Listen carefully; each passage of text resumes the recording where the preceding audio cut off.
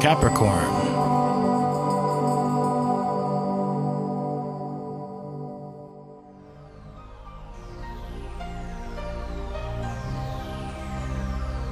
So before we start off on your reading here for June, just a little news flash.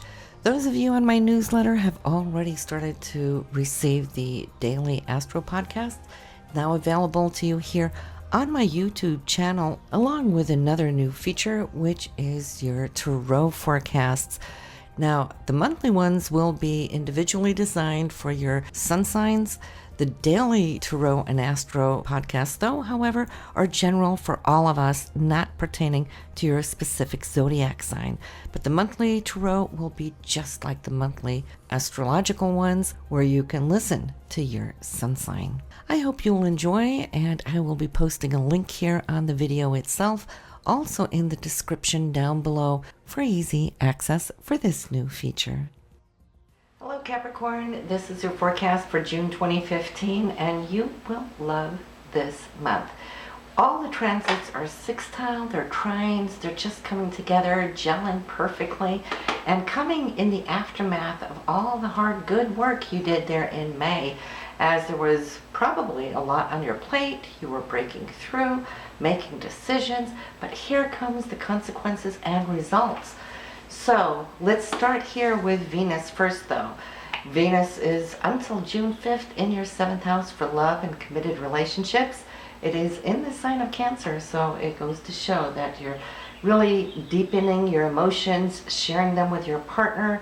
You've been doing this here in May also, especially that latter part of May. And so that is all good, but then it's going to turn into the sign of Leo after the 5th, which is a fire sign. It's playful, it's outgoing. It could bring in a little bit more drama, but I think and suspect it's going to be good, playful drama, just because it's moving into that house of intimacy, the 8th house, where you and your partner, what you've set up here just over these last few weeks, are now going to deepen to a more, should I say, intimate level. You'll be sharing those inner thoughts that you've been holding, and it's not going to feel as fearful to bring it up and out.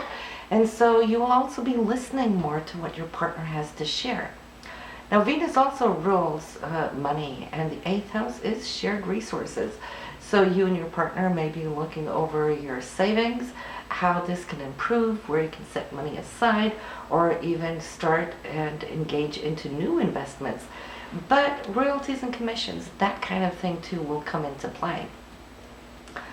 Then here on the 6th, we have Mars and Jupiter. They're sextiling. Mars is your drive, your goals, your ambitions. And we know you Capricorns, you're always very goal-oriented. You're wondering, where is things happening? Where is it taking on shape and form? Jupiter is in your 8th house. So you've been thinking about money. You've been thinking about your resources. How can we grow this area while Jupiter is here until that a little bit later here this summer? Now, Mars is coming from your 6th house.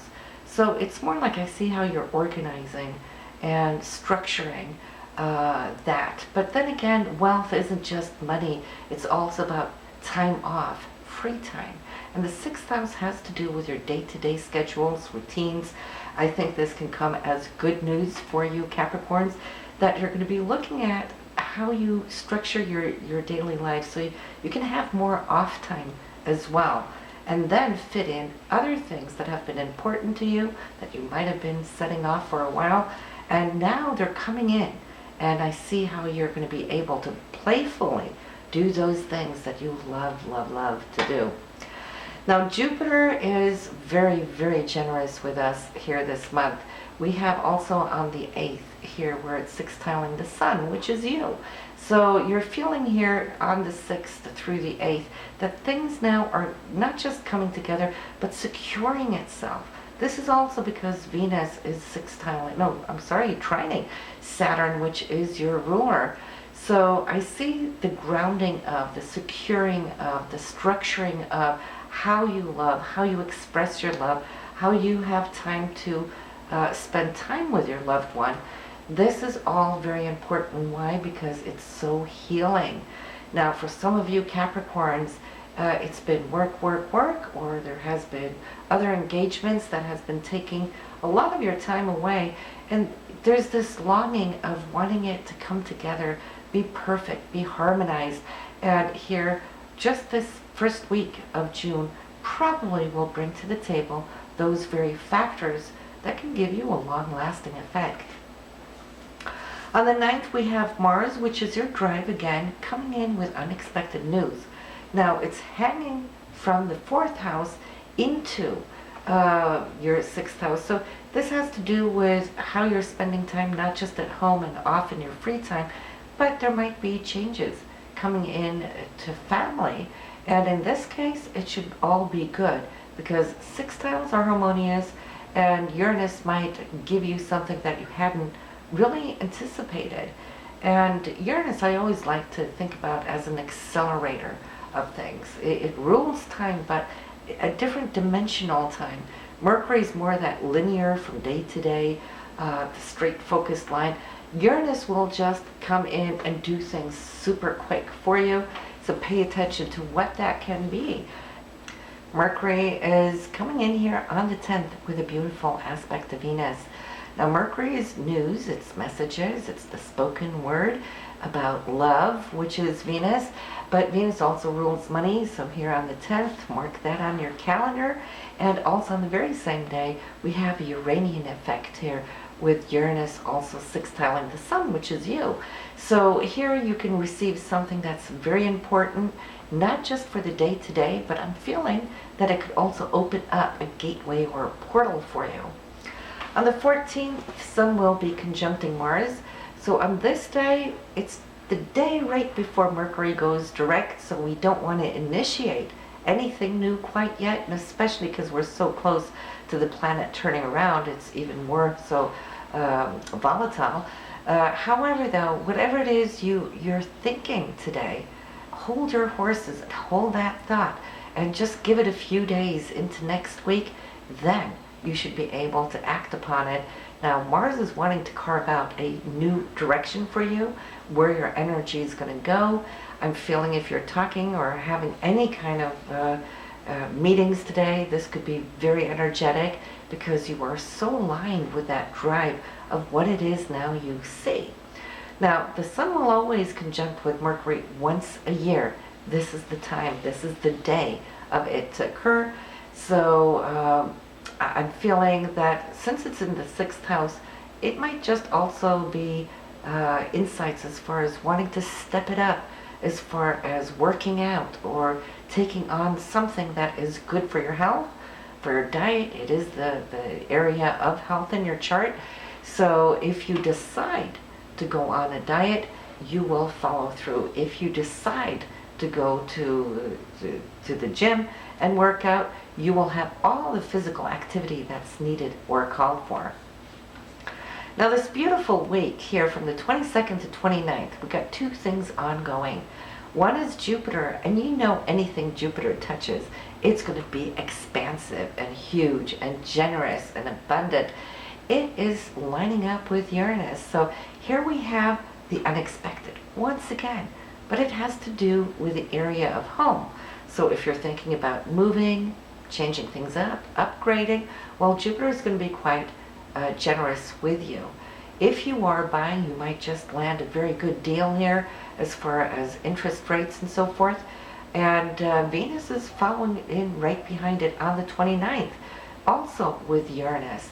And Venus at that point will then be in your 8th house for loans and mortgages and those things. And this is where I'm thinking, well, if you are refinancing, great time to do so. Some of you might just receive a beautiful present from your folks.